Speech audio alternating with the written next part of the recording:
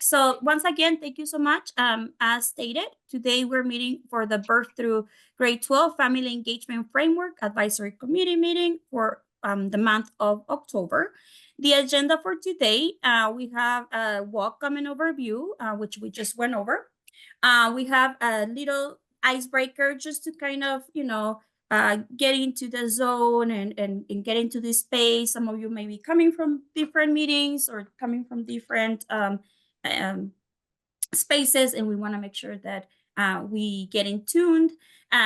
We then, once we do that, we'll be talking about the September meeting that we had, and we'll be going over a little recap of some of the things that we were able to identify and discuss. Then we'll move over to the general overview of the framework and its structure. As you know, we have been working all together and getting all of the feedback needed to update the family engagement framework. And today we have the first draft, so we would really like you to look into it. So when I say general overview, we'll go over the restructuring, how that looks like, we'll show it to you, and then we'll give you some time for you to go into breakout rooms and really dive into the proposed draft. Because of the constraints of time, you'll be getting, each of the breakout room will be getting a section. However, after this meeting, we'll be sending it out. So if you and it's also being it would be shared on the chat as well with you later. So you would have the time, and you would have the access to it to provide more reviews and or feedback as you see fit.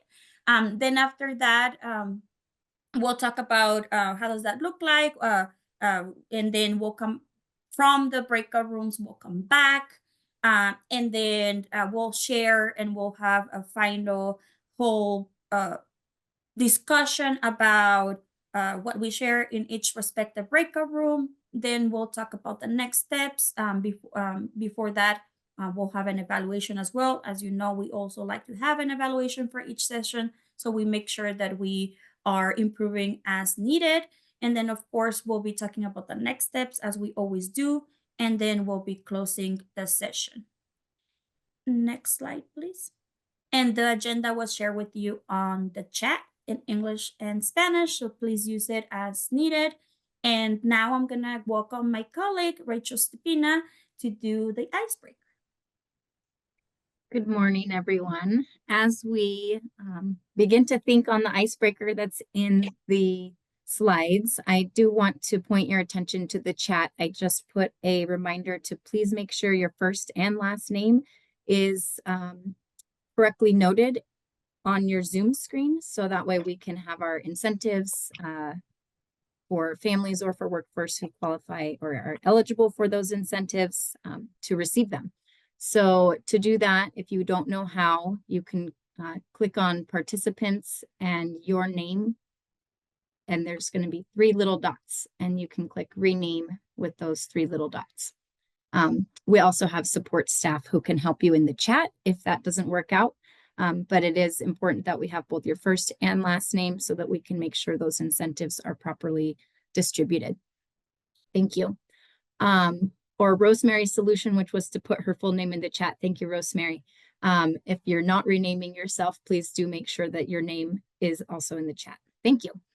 So for our icebreaker, we just have a simple question. What does your family do to relax? So you can come off of mute, you can put it in the chat, but we'll just get to know each other a little bit about how we relax with our family. That could be right now with your host family, or it could have been from your childhood, something that you used to do to relax. And I am going to start by sharing for myself. It may not sound relaxing, but what my family does to relax is we like to hang out in the front yard, and the kids like to ride around on their bikes. So it's super simple, just in the front yard, them scooting around, trying to stay out of the street, but that's what we do. And it's very relaxing for me, even if it's also quite stressful. It's a great family together activity. So go ahead and answer in the chat, or unmute and share. Natalie says she loves to camp.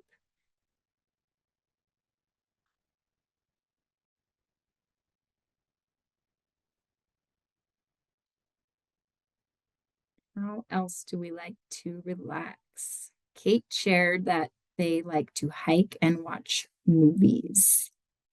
Guadalupe, thank you for entering your name.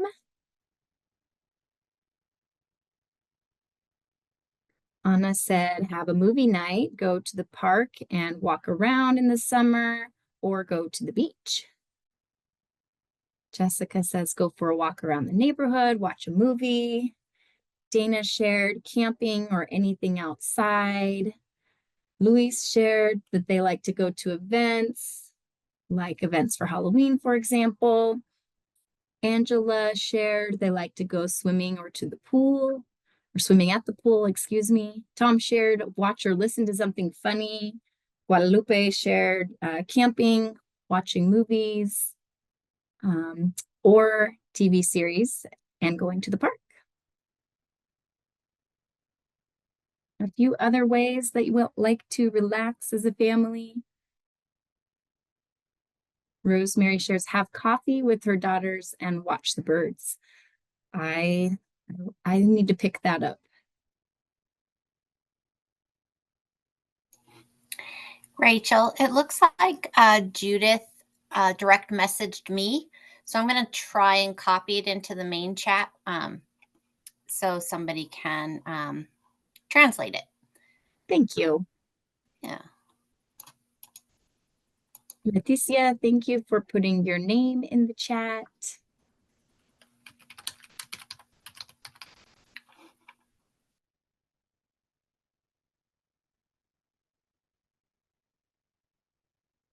Let's see if there's a few other shares.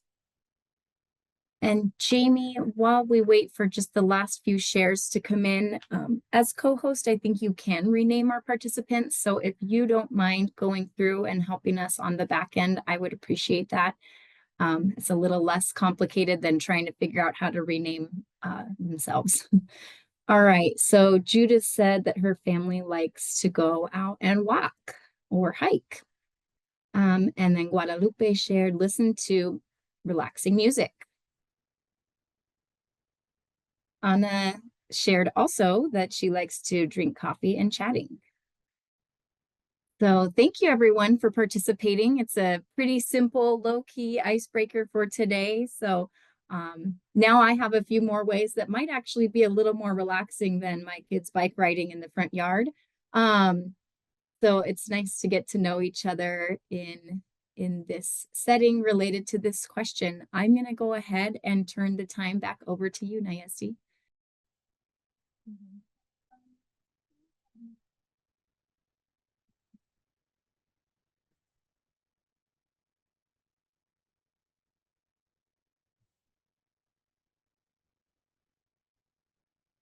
So while you do that, Rachel, it's Halloween, and before you know it, it's gonna be like midsummer again, type of deal. So enjoy the holidays. A lot of holidays are coming, so I'm glad that you're doing something to relax in between.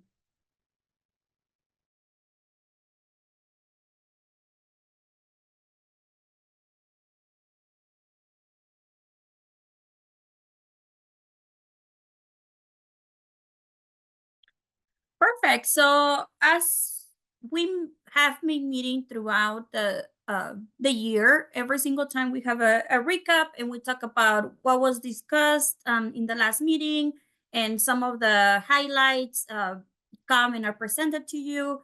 And you can also go back and review all of the notes and the feedback as it's on the resource folder for all of the attendees as well.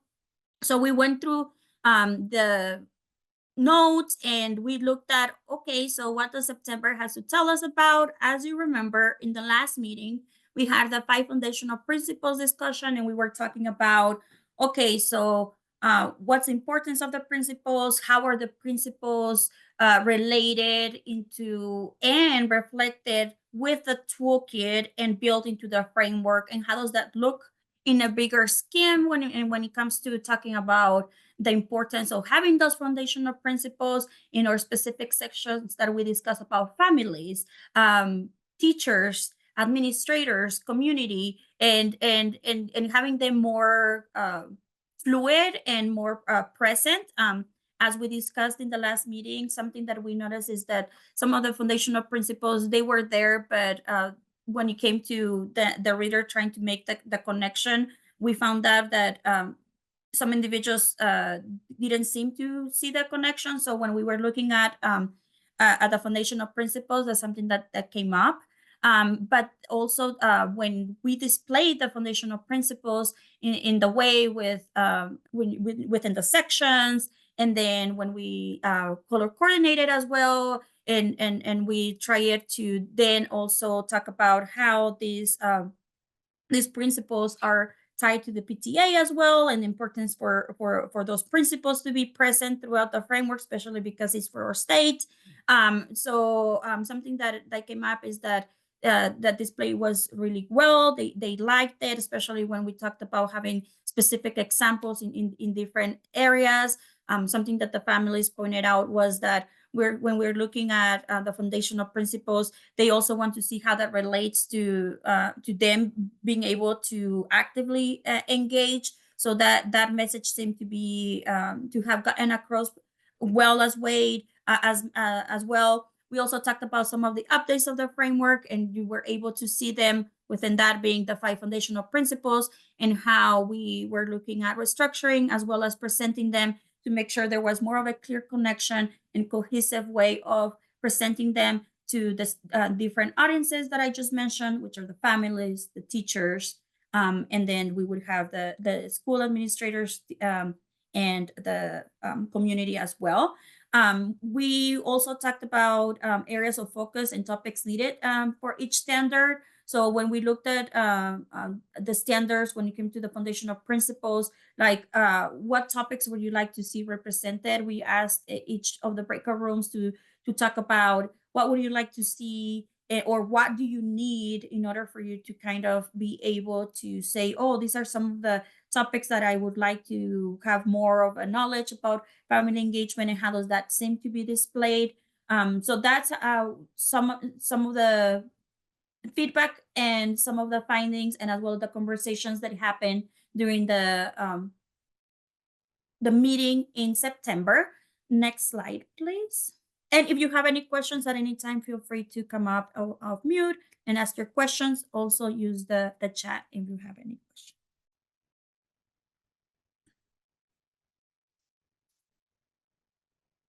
Okay. Jamie, can we go to the next slide?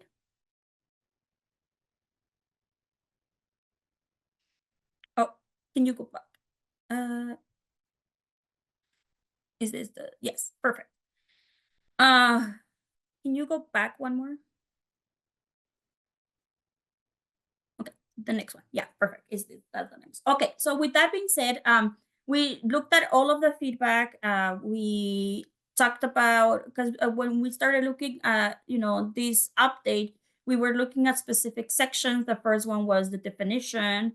We talked about it. We went through it. We displayed some 3 different types of definitions. We decided we liked one definition as an advisory committee.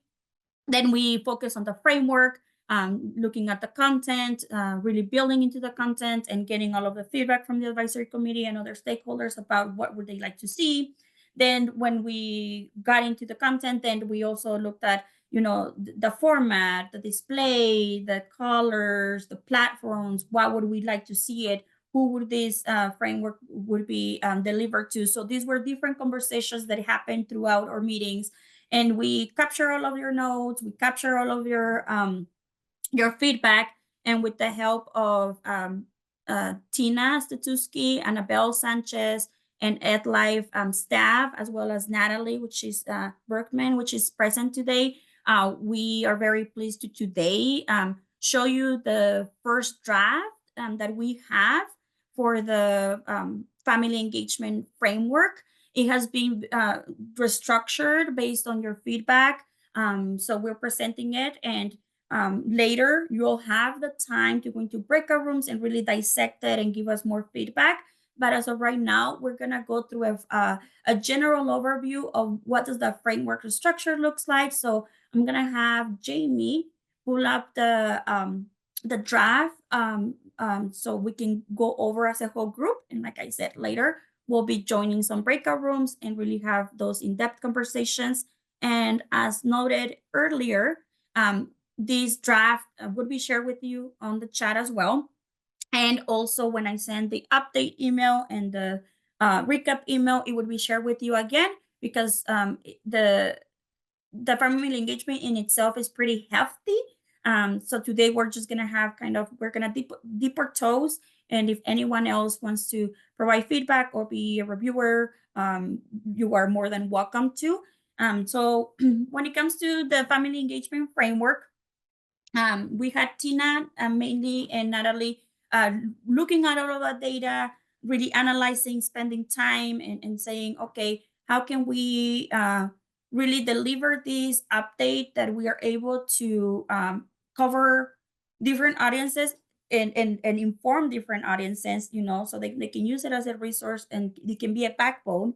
But at the same time, when, as stated, throughout the conversations, throughout this time that we have been meeting together, the question of how is this going to be disseminated? Like, what is the platform? And it has been coming up and up and up as what is going to be the platform. So we have been having these discussions and we're presenting this document today, but we want to envision of looking at and putting it into like a website, especially into the Nevada Department of Education, and eventually having it on a website and having individuals, for example, being able to be a teacher and say, hey, like I'm interested in getting some tools about family engagement in the early childhood sector. I would be able to go in and filter it out and be able to get the information that I need.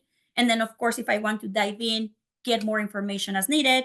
Or if I'm a parent and I just want to know that, my kid is 4 years old and I want to start knowing what does that look like when it comes to being ready for pre-K, then I would be able to go in and filter it, and it would just be mostly for families. So what we really envision is for this platform to be online, be versatile, be very dynamic, and also taking into consideration that when we're talking about families, we might have to display the information in a different way, but still display the information compared to administrators. So when we are looking at this, we also have to think about, okay, well, if this platform is going to be the majority of it or all of it online, how are we going to address, the dissemination? Because some individuals still need printed materials, correct? So our endeavor is for today for you to go over some of the sections and as we go through the general overview as well, to be able to say, hey, like, this information could be totally made into an infographic, or the principles could be displayed in this way. So, when it's printed, it could be condensed, or when it's with families, instead of having words over words, we can have an infographic that is, it's catchy, that it's simplified, but at the same time informative. So that's the main point that we want to do. We want to have this platform online that is interactive, that individuals are constantly being updated at least once a year, hopefully, and then that it keeps growing as well, but at the same time that we are able to use it in a printed physical form. So this is the cover page. Jamie, I'm gonna have you scroll over and then we'll go through it. So the very first page is just the cover page, and then we have the table of contents. When you go into your breakout room, you're gonna have the time to look at the old framework. Well, not the old framework, the previous framework, and then this draft. And then in the table of contents, you're going to see that a lot of it has been restructured, especially when it comes to the foundational principles, when it comes to the way the toolkit has been moved and integrated, but it's still being displayed. So right here, the first section that we're gonna be looking at is like family engagement in Nevada. How does that look like? What is it important? So pretty much in this first section, we're gonna be talking about why, the beginnings, like why is family engagement important? How is that important? The history of family engagement within Nevada, the implications of it, and then also how that's impactful. So we have in defining family engagement. So we kept most of that essence from the original framework, and we went through it and we left it because it's important to have it. So we have the defining family engagement, and as you scroll down, so I'm just gonna have you scroll down, Jamie. So as you scroll down right here, you're gonna see the first thing, like why does it matter? And one of the things that we did focus was on the definition. So if you go to the second page, I think the definition is right there, Jamie.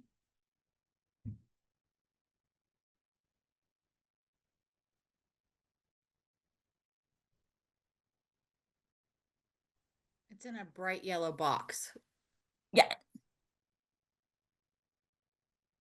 I think it's like the second page. Like page number.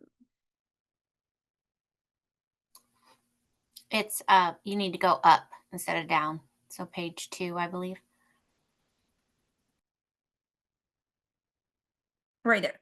So defining family engagement. So what does the family engagement look like? Once again, what does that look like when this framework was established, the thought of it, the background, and when we were looking in this advisory committee, one of the first tasks was defining family engagement, and we got different feedback, and we looked at the definition in itself. And in the previous definition, some of the common threads that we kept looking is that they like more partnership over responsibility, because responsibility sounded like something imposed rather than working together. So that's something that kept coming up on the actual definition, and they wanted to see more of that equitable access. So in itself, the original definition, nothing changed much, but this is the definition that the advisory committee chose based on the feedback.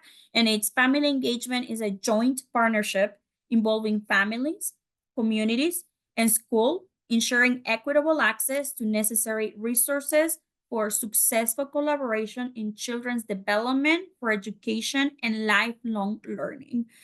So this one, once again, it's stated in the background, and it's updated, but once again, it's putting the essence of why is it important. So when you scroll down, as you keep going down on that section, it just encompasses once again, like why is it important, the history of it, how did this come into sense, and then we go into the transition. So how do we do it in Nevada? This is why family engagement is important, and the difference between family engagement and parental involvement. And when we look at page number 9, right there, we start with, you go to page number 9, please.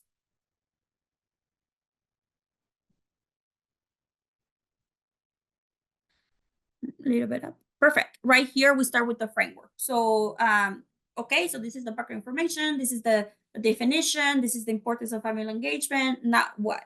So, when we were looking at the Nevada Family Engagement Framework, once again, we had a lot of conversations, and we were like, okay, then the main part of the framework could be explained. And when we're looking at different areas, especially that we wanted to have the families, and then we wanted to have the teachers, and then the administrators, school leadership, and communities. If you keep going down on the framework, it starts explaining based on like the best practices, how does that look like. So once again, and the goal of the framework. So, and then right here, we talk about the foundational principles. So when one of the feedback and something that we noticed when we had our meetings is that the foundational principles seem to, when they were there, but when individuals would look at the foundational principles, there was once again a connection that wasn't identifiable as soon as you looked into it. So Tina and Natalie really worked together and said, okay, so how does this look like? And Tina was like, well, we can actually talk about the foundational principles. Since we talked about the importance, then we talk about, okay, this is the base of the framework. And this is how it would interact, because then we would have, you know, the equity, the relationships, the honoring families. How does that look like when it's learning and development and the building of everyone's capacity? And then within that, we would have the toolkit. So can you scroll down, Jamie, and then you can just keep scrolling down so they can see it. So right here, once again, this was a restructuring, making sure that it was more cohesive. And then if you look at the little icons, and hopefully these would all be active once it's like a website, but or intention behind it. And Tina's thought process was, if we have the little icons and people just want to jump from icon to icon, they can just click on it and then they can see how they are related to the foundational principles. So having more of that visual, because especially for families, we were able to get, eventually they will be active, Jamie. We wanted to, once again, especially for like families, something that we kept getting from, thank you so much, families, from your feedback was, we wanted to be more appealing. We wanted to be, you know, colors, language selection. So we're being very intentional, and that's why we really want a website to be more dynamic. Keep going, Jamie, please. So that would be the second section. So that would encompass all of that. So just keep going, and then you're gonna go to page 16. And the roles, go a little bit up. Let's go to the roles. And then within that, we have, okay, so this is how it's important, family engagement. This is how it looks like it. So what role does everybody play in? Can you go to the page number 15, Jamie, please? So Tina, this is something that was updated. In the initial one was a space shift, but Tina was able to look into it and say, oh, you know, we can actually put the roles and associate them with building a house, because everybody plays a role in family engagement. So if you look over here, no, we're gonna go to the next one, sorry, number 14. Page 14. And then right here. And then that way it's once again, it's connected to, okay, so we have the importance of family engagement, we have the foundational principles, and then we go to how does that look like with the role that each individual plays, and how is that also related to the standards as we discussed in the last meeting? Because the standards, once again, specifically from the PTA, we're looking at being cohesive, once again, you know, that we have a clear understanding of how does that look like, and how does that encompass your specific role. So if you keep scrolling down, Jamie, all the way until you hit that toolkit right here. So we have a brief explanation of, you know, the standards, like welcoming families, communicating effectively, supporting student success, speaking up for every child, share power, collaborate with the community. So then we're like, okay, so we know that there's foundational principle. There has to be equity. There has to be relationship building. Then we know that that standards are very important to making sure that we all create this kind of space with specific standards per se. And how do they relate? Well, we all play a role, right? We all want our kids and families to be successful. So if you keep scrolling down, Jamie, and you're just gonna scroll really slow, but you're gonna keep scrolling until I tell you to stop. You're gonna see it, and when you go to your breakout room, you're gonna see that each of the sections has, okay, how are the standards related, and they're color coded, and right here. So this is the roles for the families. So this would be the section for the families. We explain family engagement for families. Then the standards are explained a little bit more, so they can be dive more into it. How does that look like?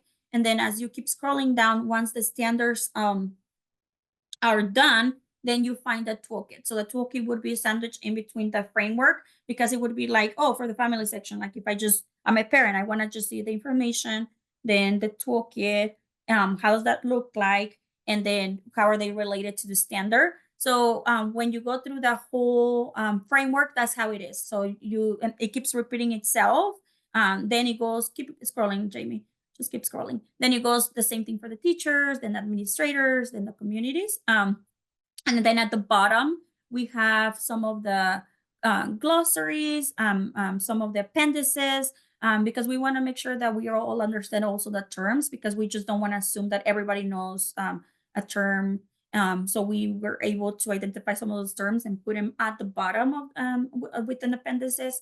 And we also have other information that we think it's great. So if you have time, go through it, and in your groups, go through the bottom, look at the appendices, look at the rest of it, and maybe provide some feedback and say, hey, like this could be a great infographic, or this could be you know, a different tab on the website. So once again, the main focus is that we eventually want this framework to be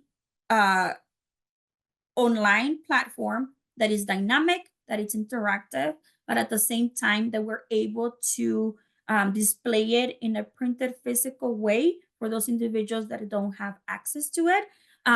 So that's how it would look like. So I'm gonna now go back. I'm gonna have you go back, Jamie, to the PowerPoint, and now we're gonna go and go into groups. And these are I'm gonna go over the instructions. So what's going to happen is, can you go to the next one, please? So what's going to happen is I'm going to put you into breakout rooms. If you open the Google link, Jamie, from the group number 2, and then we can share it as an example for the breakout rooms. So you're going to go into a breakout rooms for about 38 minutes. And then we're going to assign you a section.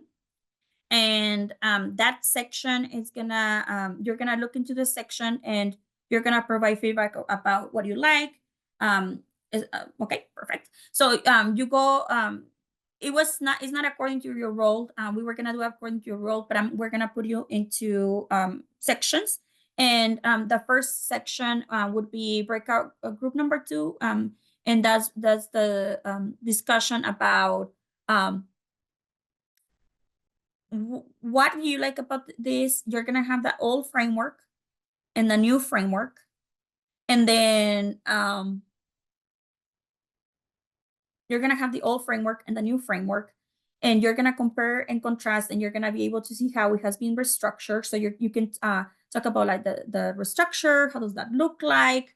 Then you would also have the individuals. If you go to the second one, Jamie, to the second slide, then you're right here. Perfect. So you're gonna click on the family engagement framework. You have the link right here. Then you're also going to look at the draft. So we're providing you the 2021 old framework, and we're providing you the draft framework that we just showed you. So you're gonna look into your you're gonna go into your groups, and you're gonna look at it, and you're gonna say, okay, so this is my section, and we'll let you know the section. And then you're gonna look at what is your role in family engagement, and you're gonna look at the format. How do you like it, or do you see yourself represented? And then you'll come back.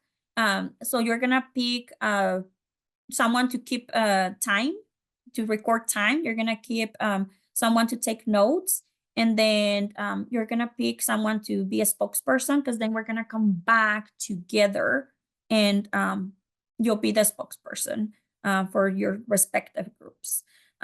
With that being said, I'm gonna have we're gonna launch the breakout rooms, and the first breakout room is family engagement, and that would be bilingual. And that would be in English and Spanish. So we highly encourage anyone who is bilingual to please join this one. So the first section is family engagement. The second section is family engagement framework. And then the third section is the toolkit. So please join a breakout room.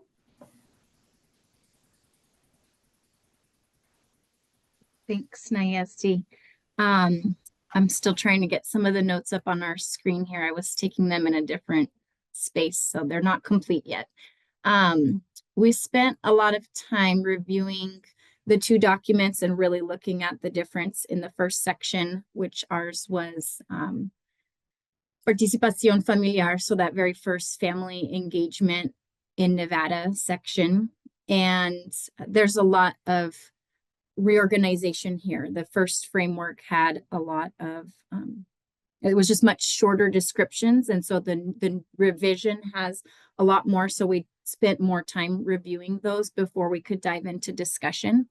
And when we did take our last 10 minutes together to really share some of our initial thoughts and reflections and recommendations, a couple of the things that we talked about were being sure to include the acronyms for English and the references for the English as well as the Spanish. So the current translation, while a draft, does not have the por sus siglas in inglés. So having that English acronym is really important. Something that we talked about in terms of how to find and connect to those other documents or references. And then we also talked about the translated version between participación parental y participación familiar. So looking at that parent involvement versus family engagement piece. And we discussed perhaps a more appropriate Spanish translation would be compromiso familiar. So that way it's really looking at what our parents committed to, how are they engaging? So we explored that a little bit more. And then not on the screen, but we were talking about perhaps a recommendation once the final translated version is no longer its draft, if we can do one more review in Spanish with our group to really make sure that the English meaning and the Spanish translation are synonymous with the way that our bilingual or Spanish speaking feedback is represented in the final translation. And then last, we talked about how great it is to have this understanding of family engagement in Nevada for those of us who are here, and how to share that information once the framework is complete. So we talked about how to share it so that it's not just sitting on a shelf, and we explored perhaps a recommendation to have a communication plan related to it. So our group did feel that the priorities of our participants are reflected in the new reorganization, but that we have a few more recommendations, because it's not just the document, it's what do we do with it and how can we share that, whether we're a family, sharing with a friend, whether we're a director of a school or program, sharing with our teachers, or if we're an administrator or even a program itself who helps to support family engagement in state. So that is what we discussed. If any other members from our bilingual community would like to share out anything that I missed, then I'll turn the time over to you. I just want to add, Rachel, something I had a chance. I think you did a great job summarizing our conversation, but something I had a chance to ask or wonder about was the work of Dr. Karen Mapp in combination to this toolkit. I did a search on the English and the Spanish just for her name, and I didn't see anything on Dr. Karen Mapp, so I'm not really sure if it was something that you guys might consider in looking into it. That's definitely something that when we talk about family engagement in Washoe, we talk about the work behind it, and that's Dr. Karen Mapp is one of the founders of the research around family engagement. And there's so many connections of what you have here to her work. And I was just wondering if there's some room to be more explicit of even having her on the reference, or like connecting it to the framework that she has created back in 2017 and refined back in the 2022. Thank you. That is an excellent observation.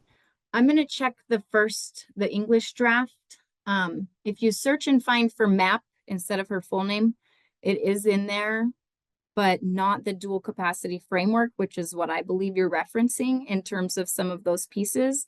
So I think we'll do a check. It is definitely in the original framework. And so we want to make sure that that research is preserved, as it was a really big part of the first development of how this document was created in the state of Nevada. And so I agree with you that we want to look at how does that information transfer into this current draft, so that we can ensure that dual capacity framework is really represented here. I do believe it aligns and it's represented. However, if it's not named, then we need to do a better job at that. Thank you, Yeah, Maria. I did see that it was referenced on the research she did back with Henderson in 2002. The framework is a little bit more new research. And I Yeah. just want to be cautious of not confusing administrators or schools of thinking this is something new or different, separate from Dr. Mapp's work. Absolutely. I actually have not been able to find the dual capacity framework in Spanish. And I believe I connected with them a while ago to see if they had translated it. And it's, to my knowledge, still only available in English. So perhaps we can work with them as well to make sure that that framework is visible in a more linguistically diverse way as well.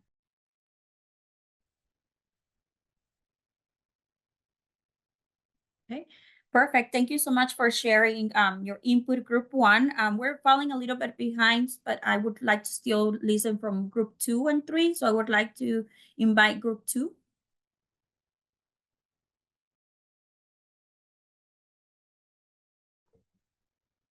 Okay, I'll start, and I will welcome our participants to jump in to clarify if I'm misrepresenting the thoughts here. Most of our group were administrators for either the department or the state or the school districts. So that's where our focus really was. The new draft version does address priorities. Like that there was standards for professional development for both teachers and administrators. We'd potentially we would like to see some additional state resources for state employees. A lot of the other groups are covered, but that seemed to be something that was a little bit that was missing here. And then there was a lot of discussion around making sure that family engagement is considered by every department. So including systemic areas across the districts, trustees down through everyone else, and make sure that all resources are considered when we're looking at the family engagement lens, looking at food distribution, how to get free lunches, transportation. So we don't just want to look at family engagement when we're considering the curriculum choices. And then we finished up talking about the communication strategies and that how a lot of different strategies need to be used because we really do need to reach the families to make sure everyone has the opportunity to be engaged. And then there were comments to make sure that the language addresses everyone from birth up through higher education. Is there anyone else that wants to clarify any of my points from group 2?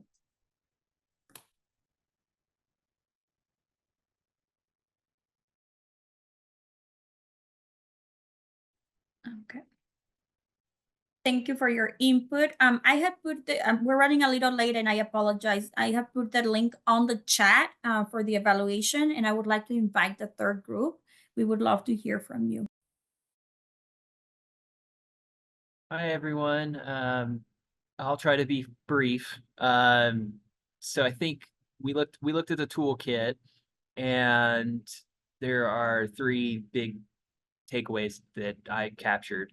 There's no notes in the slideshow because I guess we didn't do that.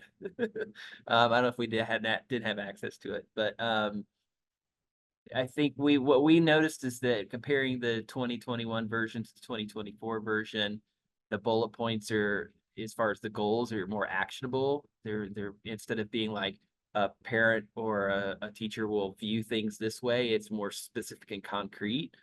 So we appreciated that. The word partner was used more in the newest iteration of standards, and so that was appreciated.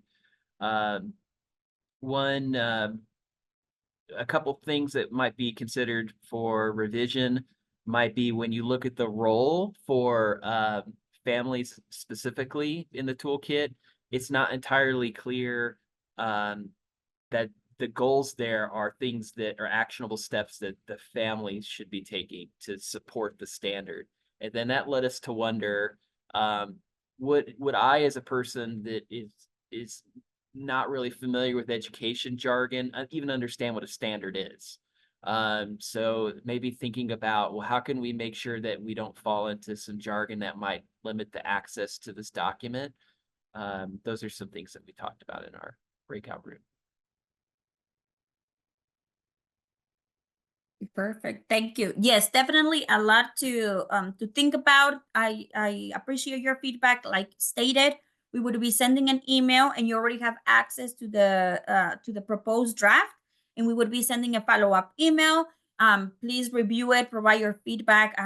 This is the time. And with that being said, I'm going to invite over Rachel for the next updates, and we'll be closing the meeting. And the evaluation link is on the chat. Please fill out the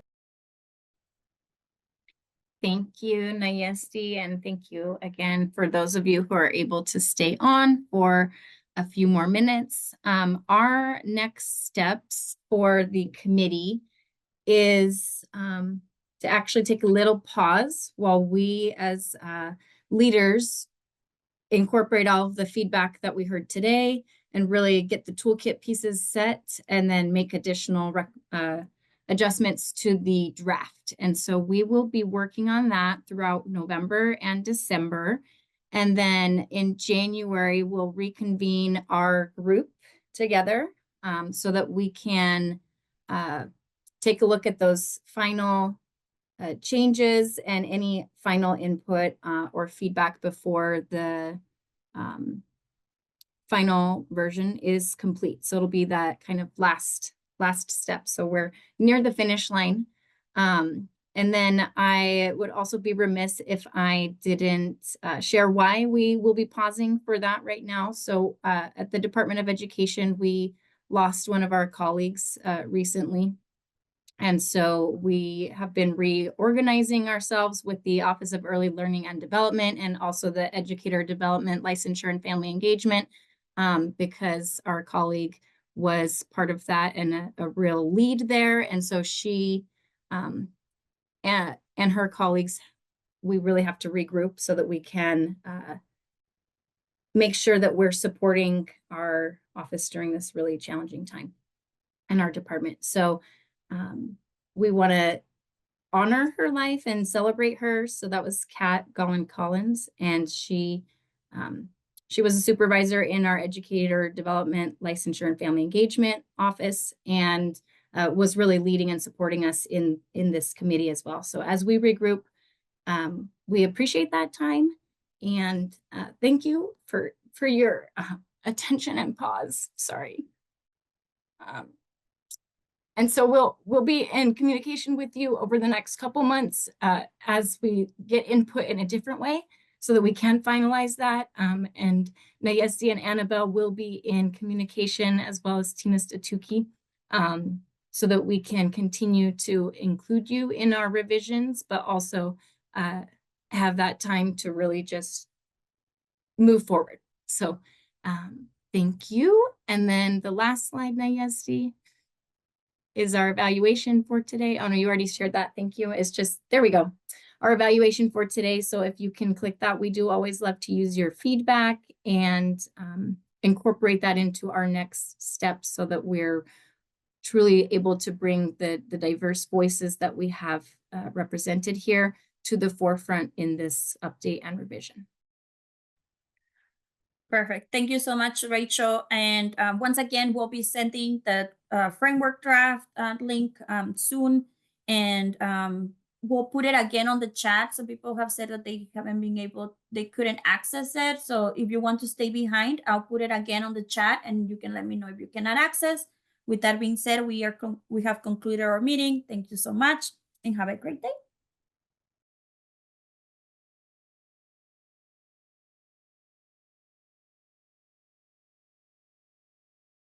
Gracias, hasta pronto.